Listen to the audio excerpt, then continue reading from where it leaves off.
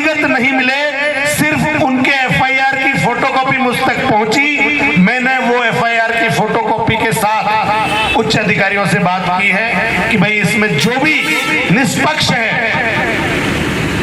जो भी आप निष्पक्ष कार्रवाई के लिए इस जांच को निष्पक्ष रूप से करवाएं।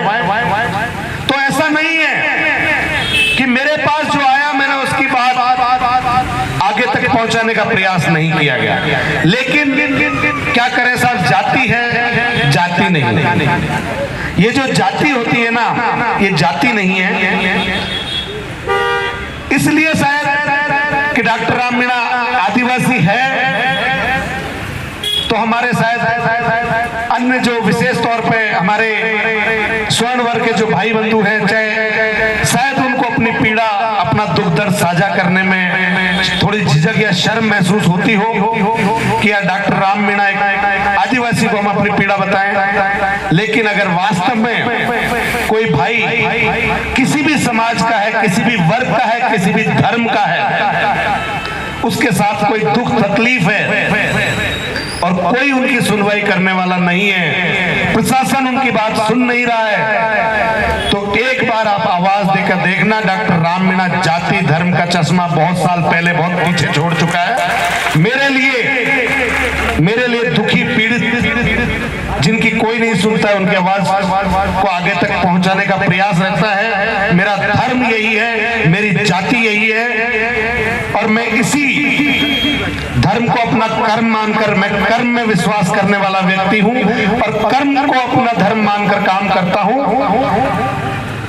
मैंने महाराणा प्रताप से सीखा है, मैंने महाराणा प्रताप से सीखा है कि जाति और धर्म के नाम पर लोगों को बांटे नहीं, जाति और धर्म के नाम पर लोगों को जोड़े। ये महाराणा प्रताप से सीखने वाली बात है। आज जो लोग धर्म की राजनीति करते हैं, महाराणा प्रताप की जय जयकार करते हैं, लेकिन राजनीति में धर्म गुजरते हैं, उनको एक बार महाराणा प्रताप से सीखना चाहिए कि महाराणा प्रताप की सेना का सेनापति एक हकीम का सूर था और दूसरी ओर राणा पूंजा भील था। तो देखिए कहां जाति और कहां धर्म था। महाराणा प्रताप ने कर्म को प्रधान माना, मातृभूमि को प्रधान माना और मातृभूमि और अपने लोगों के लिए, उनकी स्वतंत्रता के लिए लड़ाई लड़ी। लोग महाराणा प्रताप को आज धर्म के नाम पर बदनाम कर रहे हैं। महाराणा प्रताप अगर धर्म के नाम पर भेदभाव करते, जाति के नाम पर भेदभाव करते, तो देखिए इतिहास में, इतिहासकारों ने और पूरे इतिहास में मुझे जितने भी मेवाड़ के अधिपति हुए, किसी के नाम के आगे सिर्फ राणा लगता था। एकमात्र व्यक्ति थे महाराणा प्रताप जिनके आगे महाराणा लगा, क्योंकि उन्होंने उस जाति और धर्म के सीमाओं को तोड़कर अपनी मातृभूमि के लिए हर एक को साथ लेकर, हर एक के दुख दर्द को साथ लेकर लड़ाइयां लड़ी। और हमने महाराणा प्रताप से सीखा है, इसलिए जाति और धर्म के बंधन को हम बहुत पीछे छोड़ चुके हैं। हमारे लिए जाति और धर्म का बंधन कोई मायने नहीं रखता। जब बात 31 के आंदोलन से आगे बढ़ी, प्रशासन से हमने 31 को वार्ता की। 15 दिन बाद हमने बाकायदा माननीय मुख्यमंत्री 31 को हमने ज्ञापन दिया, उसमें ये सारी मांगे थी। 31 को ही हमने एसडीएम साहब और अन्य अधिकारियों की मौजूदगी में ये घोषणा की थी कि 5 तारीख से पहले रोडवेज अगर नहीं चलती है तो हम आमरण अनशन करेंगे। कोई बात नहीं, घोषणा की थी, जबान से बोला था, उनको लगा जबान की क्या वैल्यू है, आदमी आज कुछ बोल जाए, कुछ बोल जाए। शायद यहाँ के नेताओं ने आज से पहले बोला कुछ और, किया कुछ और, कितनी बार पलटी मारी होंगी, तो इसलिए अधिकारियों को भरोसा नहीं रहा। भाई गलती अधिकारियों की और लोगों की नहीं है, भरोसा कैसे हो? आदमी बोले कुछ और, पलटी कुछ और मार जाए, अपनी बात से पलट जाए। तो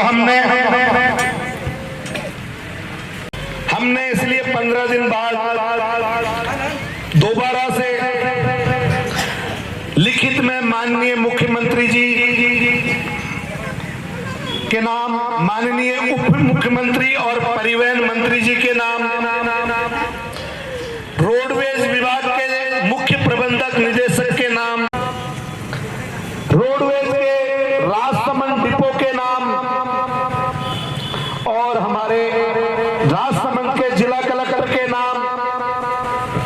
इसके अलावा हमने हमारे माननीय कुंभलगढ़ के क्षेत्रीय विधायक के नाम लिखित में ज्ञापन एसडीएम को में चालू नहीं होती है तो हम आमरण अनशन करेंगे। अब मुझे बताओ कि कौन छूटा? भाई सरकार में भी दिया और अधिकारियों को भी दिया, कोई नहीं छूटा। पहले जबान से बोला, ध्यान नहीं दिया, कोई बात नहीं। लिखित में भेजा तब तो ध्यान देना चाहिए था, कोई बात नहीं। फिर हमने 3 दिन पहले 4 दिन पहले हमारे मीडिया के साथियों के जरिए मैं विशेष तौर पर आज एक बार पुनः आभार व्यक्त करना चाहूंगा क्षेत्र के तमाम मीडिया के साथियों के, तमाम पत्रकार बंधुओं के। एक बार जोरदार तालियों से उनका भी अभिवादन, आभार करें कि इस आंदोलन को उन्होंने आगे बढ़ाने में बहुत बड़ी महत्वपूर्ण भूमिका निभाई। तो जब हमारे मीडिया के साथियों ने मीडिया के माध्यम से इस विषय को प्रमुखता से सभी बड़े अखबारों में, सभी प्रिंट और डिजिटल मीडिया में प्रमुखता से उठाया और लगातार 3 दिन से पहले अलग अलग समय अलग अलग जगह से मीडिया के साथियों ने इस बात को तवज्जो दी और प्रमुखता से इस मांग को उठाया।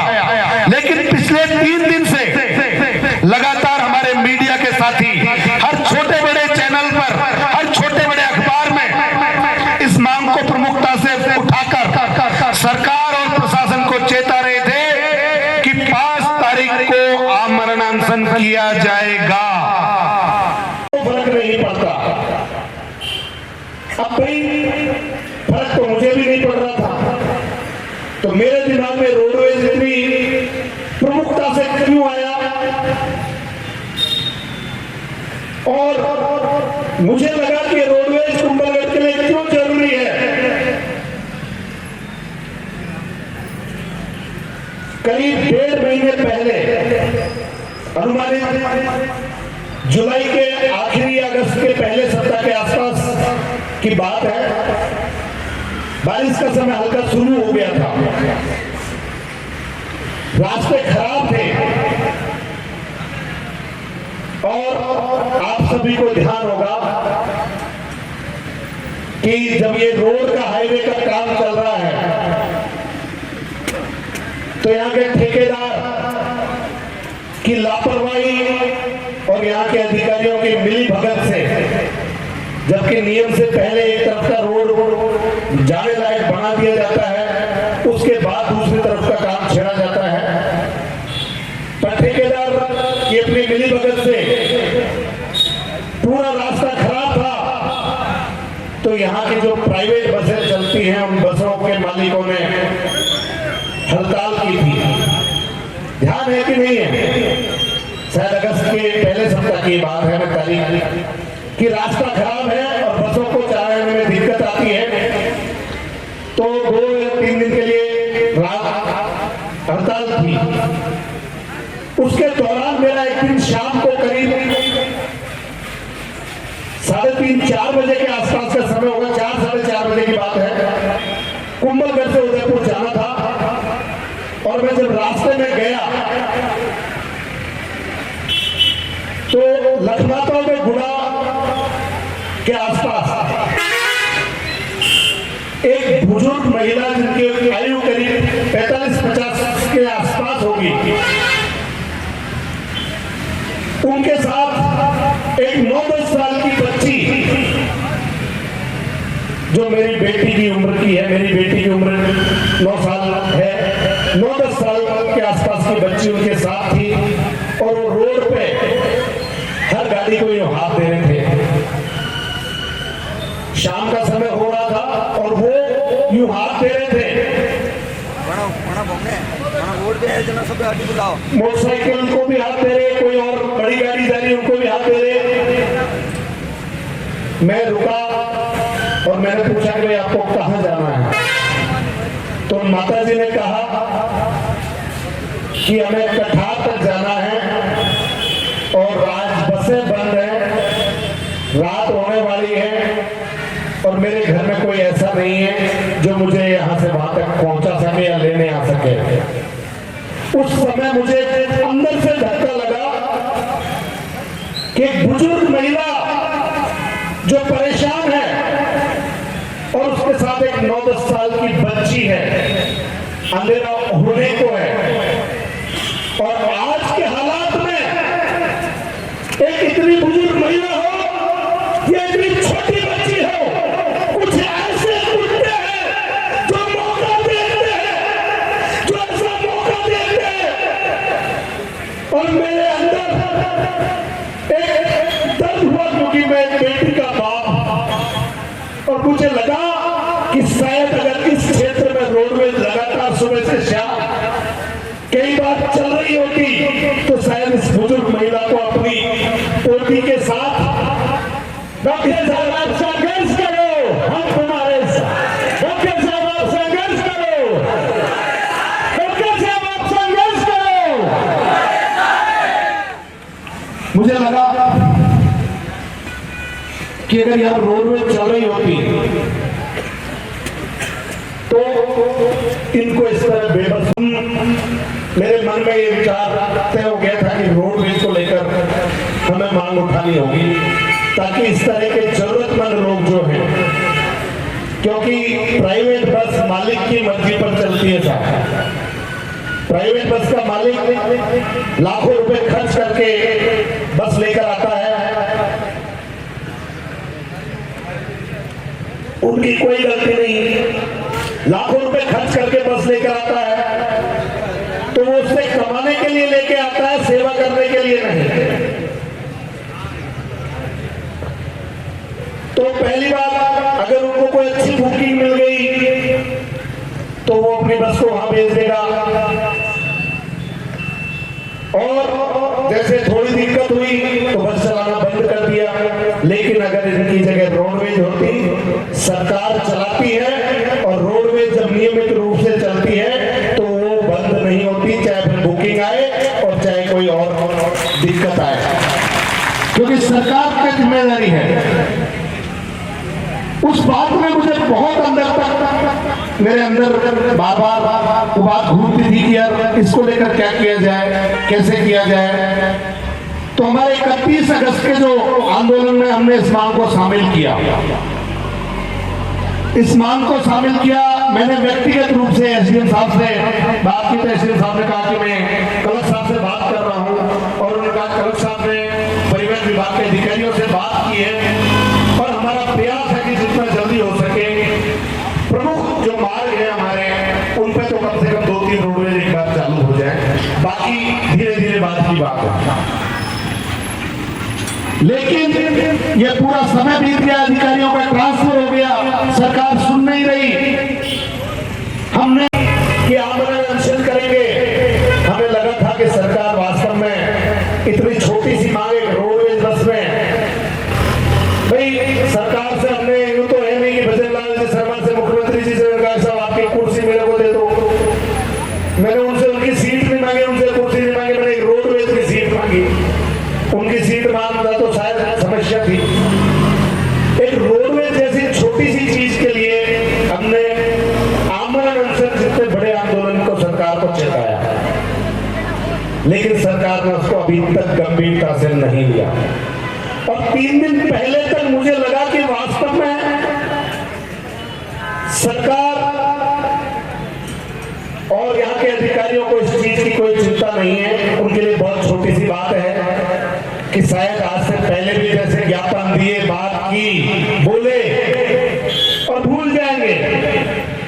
आज से पहले शायद जो समाज सेवी होने का दावा करते हैं या राजनेता होने का ढोंग करते हैं, उन लोगों ने ऐसे ही किया होगा, तो जनता को भी वही आदत पड़ी है कि होना जाना कुछ नहीं है, और सरकार अधिकारियों की भी आदत पड़ी है कि छोड़ो इनके क्या फर्क पड़ता है, 1-2 बार ज्ञापन देंगे, अखबार में फोटो छपाएंगे और नाम छापेंगे और हो गया काम। तीसरी कि भैया रोडवेज की मांग को लेकर ज्ञापन दिया, अब रोडवेज चालू हो जाएगी, वो मांग ज्ञापन कहीं कचरे के डब्बे में डाल दिया, बात खत्म।